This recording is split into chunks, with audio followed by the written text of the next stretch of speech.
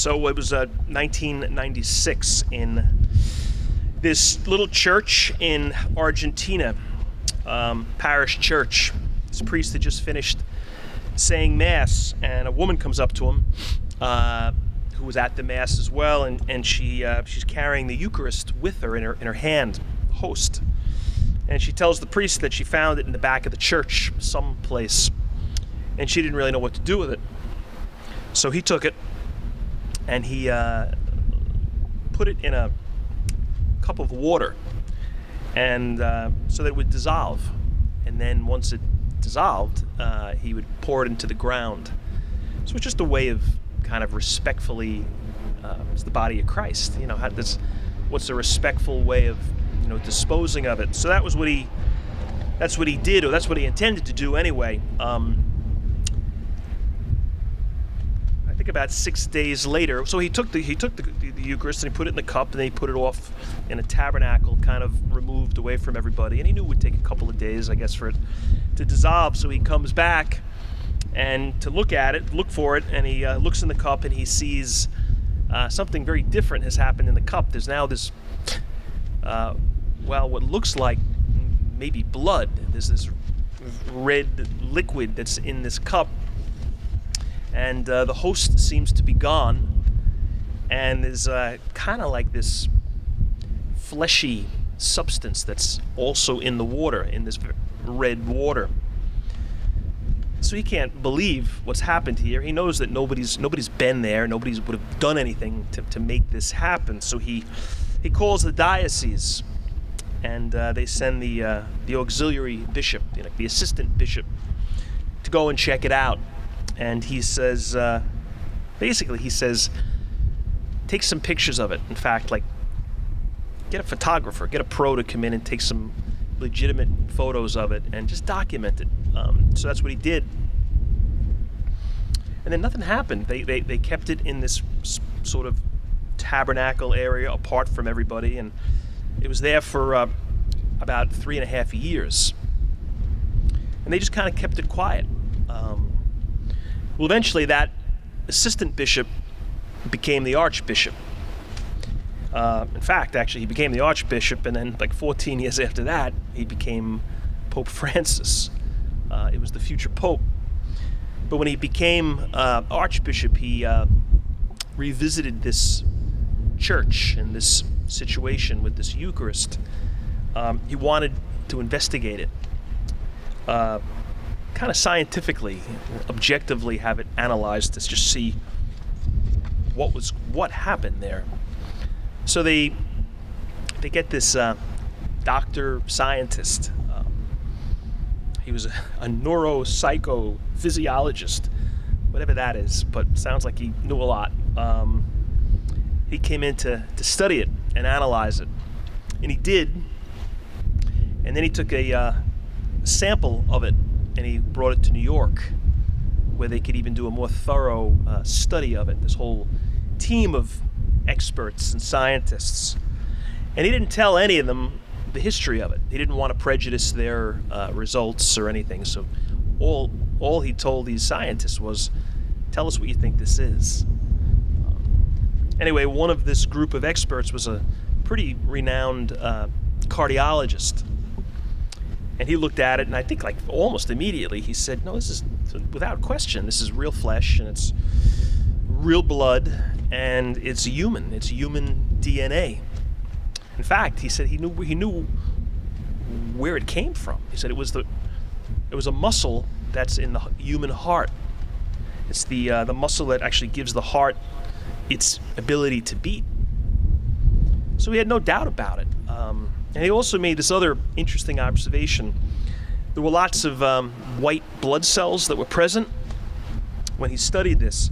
And why that was kind of a big deal was that should have meant that the heart was alive and beating when the sample was taken, because white blood cells don't survive after the organism is dead. I didn't know any of this, but that's what they say. So the guy was like, this doctor said it had to have been taken from a live heart. And then the other thing with the white blood cells was they fight off infection, right? And bacteria, and sometimes like even trauma.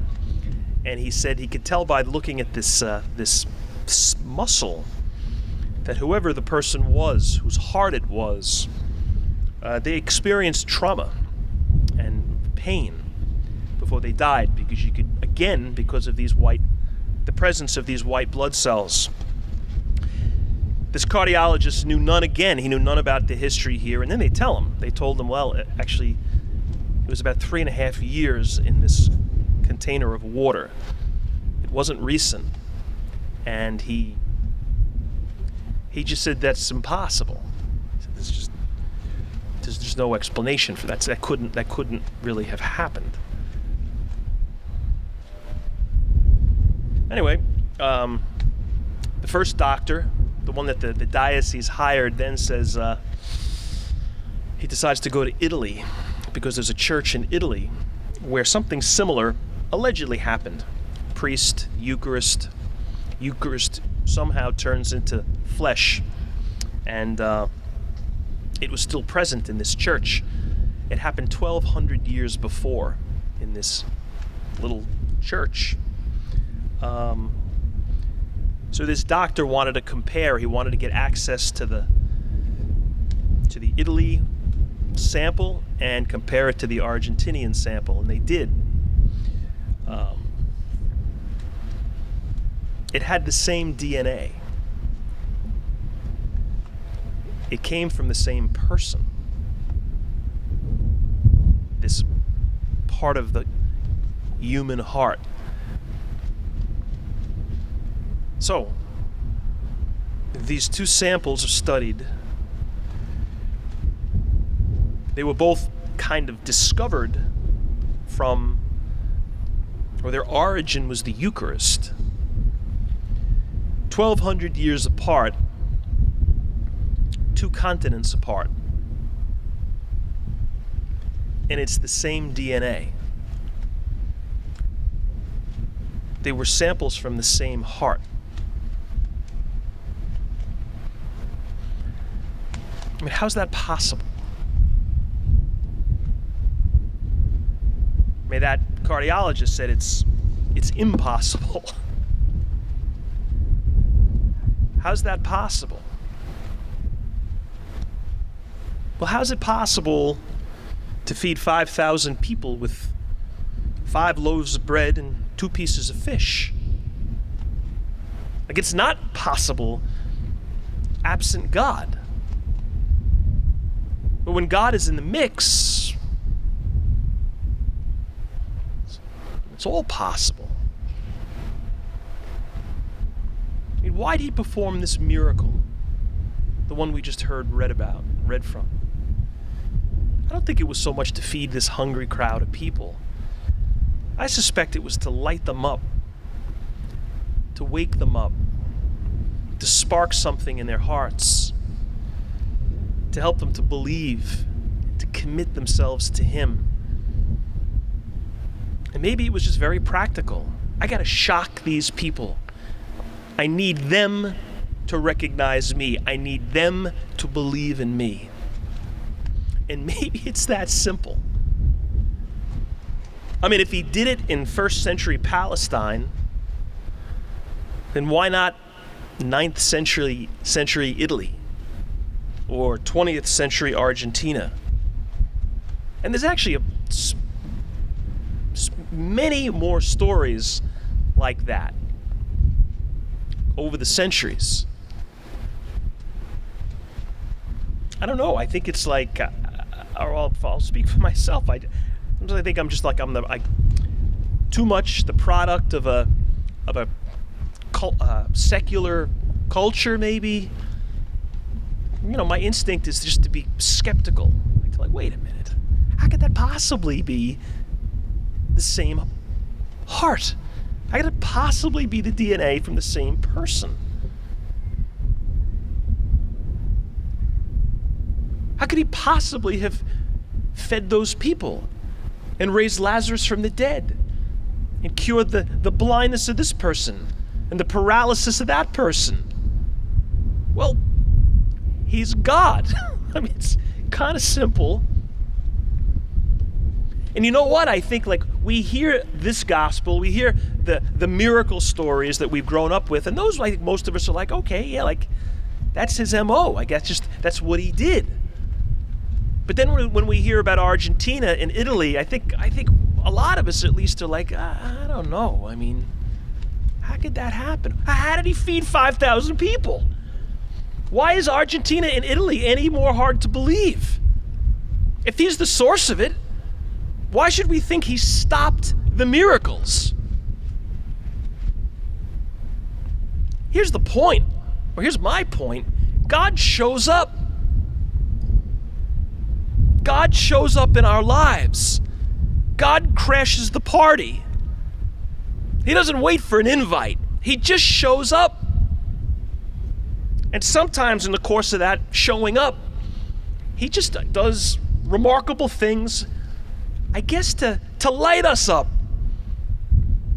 Especially if we've become, I don't know, distant. You know, we told that story here a couple of months ago, Argentina, Italy, the Eucharist story to the kids in the school, in religious ed, the middle schoolers. And the reaction was so interesting. Like you could hear a pin drop. They were so focused on the details of that story. And then one kid said at the end, like, how come we didn't know this? Why didn't you tell us this story before? That's a good question. Now, we do hear another version of the story all the time. We just did in this gospel. We got a bunch of miracle stories.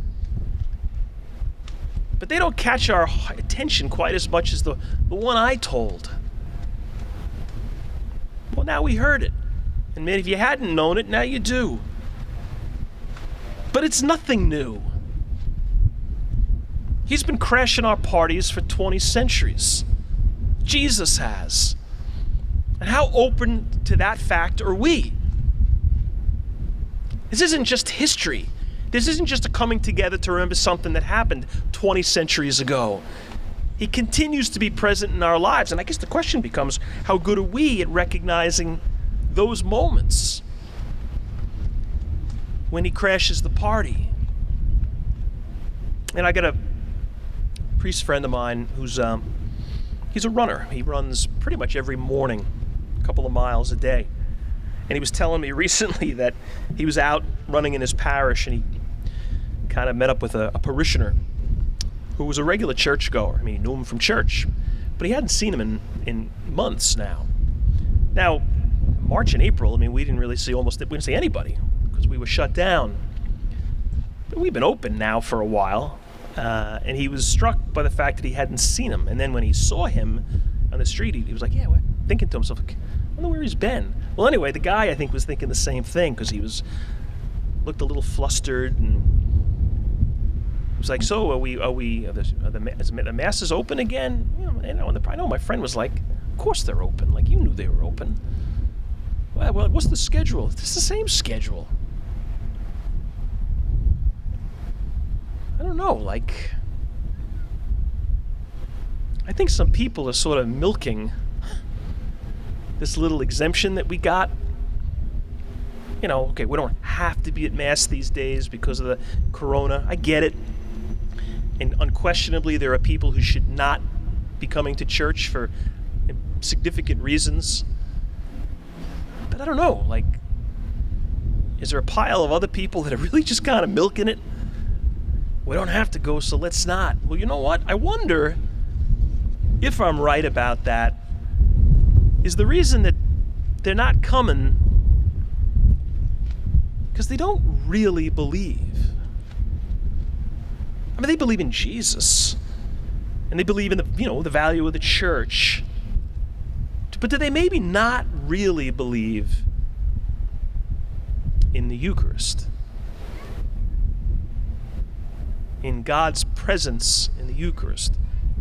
Because, I mean, if they did, how could we not be here? They just, I don't know. It was the same DNA. Well, maybe they just don't believe it.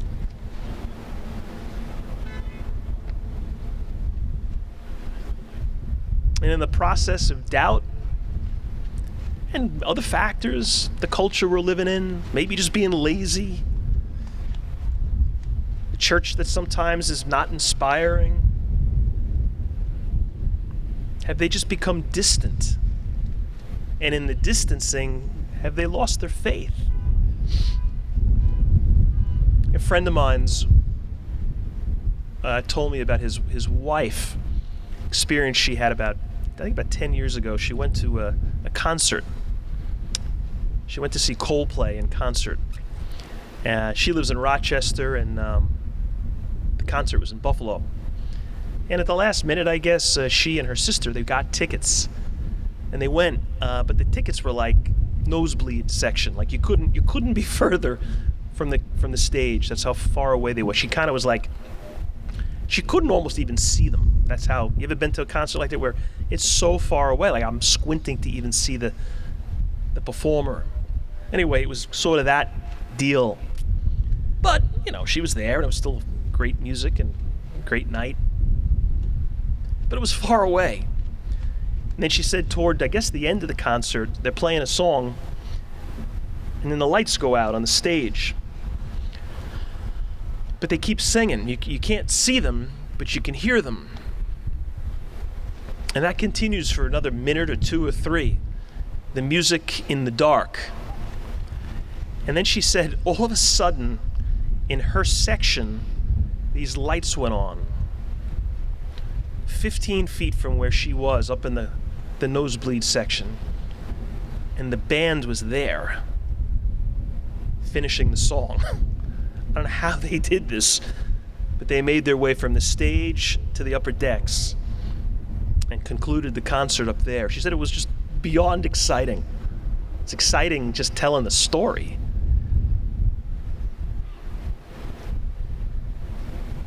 The difference between being far and close is the difference. Proximity is everything. Like, yeah, I mean, it was a fun night until they got close, and then it became like a night for the ages. One she'll never forget. Because of closeness. God is close. The miracles never stop. They didn't stop with the resurrection. We just need to get better at recognizing.